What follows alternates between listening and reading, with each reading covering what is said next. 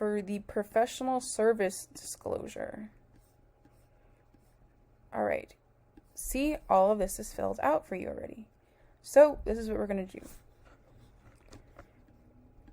They're usually going to waive the accountant, the radon, the flood, and the survey.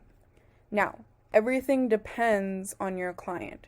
If they are going to do it, make sure that you have them select and sign and remove that one.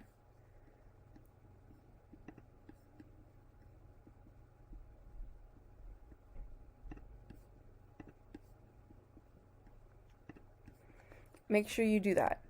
And when it's ordered by, usually appraiser is done by the lender, so make sure it says lender. If attorney, you're going to put buyer. The lender will usually be the appraisal, and then everything else would be buyer. But most of the time, like I said, their survey is waived. And survey, the flood insurance, unless the property is in a flood zone, make sure it's not in a flood zone so that it can be waived. If it is in a flood zone, that needs to happen. They need to sign this, the selected portion. But usually they don't need the accountant, radon, and flood. So everything else depends on whether the home needs it or not. I typically will leave some of that open because it depends, like, especially if you're seeing multiple houses and you're giving this to the buyer ahead of time, you want them to sign this so that you're safe when it comes to the commission if they were ever to say anything back. This is what's going to protect you. If they were to ever come back and say something about the professional services. So make sure that you try to identify what really needs to be done, what doesn't need to be done.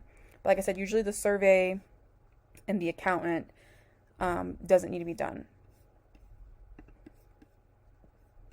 No one. And no one.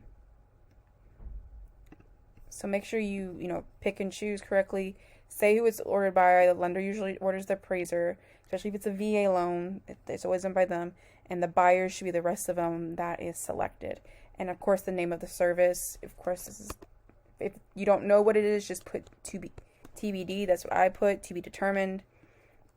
And the attorney is Michael Newell. Again, if they have another attorney, just put that attorney then. Make sure you ask whether they want to do all this stuff as well. So some people might want to do a survey, so just make sure that you put select. But like I said, if they don't want to do it, just make sure they've waived it. Again, this protects you.